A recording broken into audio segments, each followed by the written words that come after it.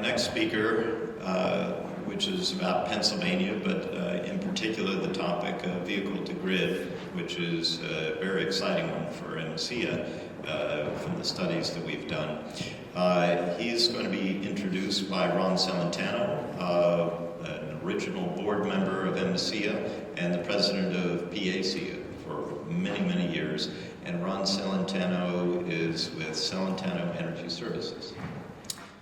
Great, and we're of course 1/5 of the solar capacity that New Jersey has, and we're really lagging far behind Delaware and New Jersey in a lot of ways. But we do have a few things that we're actually ahead of, or at least surprisingly in line with regard to grid modernization. One of the points I want to bring up is that in PECO's territory, there's about over 25% of its distribution lines are 4 kV, so very, very low voltage. It's the only utility in the entire state that has that kind of low voltage. They are slowly upgrading.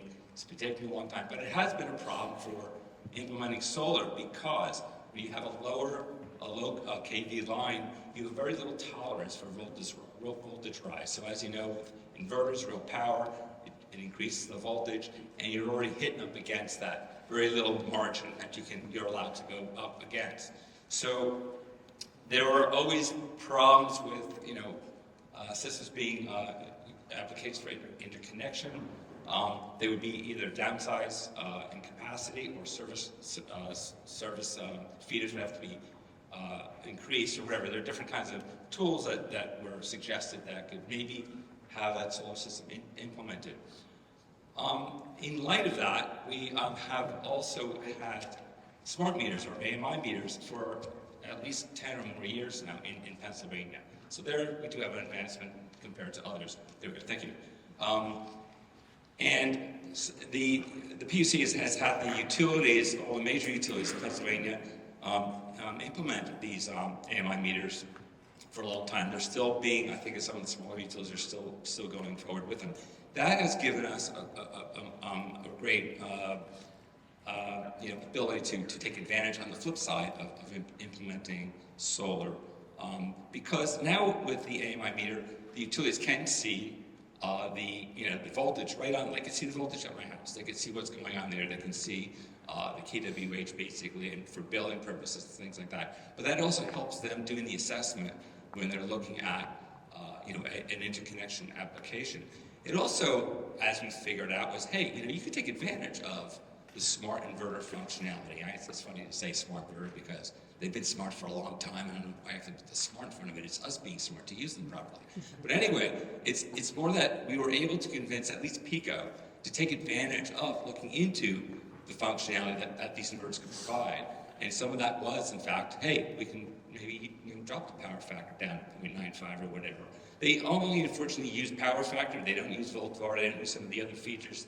I've been pressing them to try to look into some of that a little bit. But that has allowed some of these solar systems to now be coming on board more as another solution, along with maybe downsizing or other things. So as they increase their 4 kV line, these solutions are helping move the needle a little bit on the solar system. Let's see. Now the smart inverter technology stuff, so I already said that we are doing it a little bit in PECO territory. Yes, true, Pennsylvania does not require 1547 or 2018 as a requirement for inverters. However, PP&L, on the other hand, has been very aggressively implementing smart inverter functionality. And they have a DERMS program that they've been running for over 2 years now. They go far beyond what Hawaii and California are doing. And they actually want interactive control of changing those settings at will, at their discretion. And they are doing that, which is really pretty amazing. Not that there's any load issues out there, but that is what's going on. So we are actually quite advanced in that regard with PP&L. Take advantage of the Connect DER collar that you can put on these meters. They're using that for the communication to go back and forth between the utility. And then real quickly, just talk about the PUC, Pennsylvania PUC has ordered a policy statement on proposed guidelines for usage of electricity storage assets as electric distribution assets in the Commonwealth. So a few years ago, they asked questions out of the public about how could storage be used, who owns the assets, and it should be third party, should be the utility, and how would those costs be justified?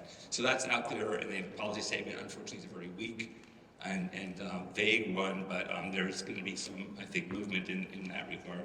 And then finally, we have a new chairman on the PUC as of several months ago, which is they seem to be more progressive than we've had in a very, very long time.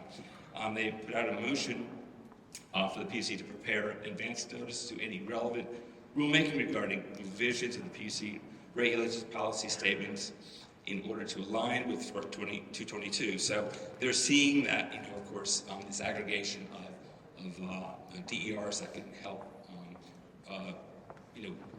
should be working with DER. They want to align that. And one of the things they're looking at is, is there double counting going on? Selling into the capacity market and also getting net metering. So they want to be looking that out. They'll be coming out with a statement soon. Two things that I'll lastly say is that we don't have any hosting capacity maps, really. PCAS has a really crappy one out there that's not even qualified as such. And we don't have any integrated distribution plan in play, but there's DP is very much trying to move that forward. So I will introduce Dennis very quickly, so I took so long on that. Dennis Rohan is, come on up here, Dennis. Now, Dennis and I have worked together in the past several years. He's an organizer of the Pennsylvania community choice aggregation that we're developing in Pennsylvania. He's a managing partner of Renewable Energy Integrated Vehicle to Grid, which is part of the topic that we'll be covering with Network LLC. And he's also Southeast Pennsylvania chapter head of Drive Electric PA, which is DOE's program. So, thank you.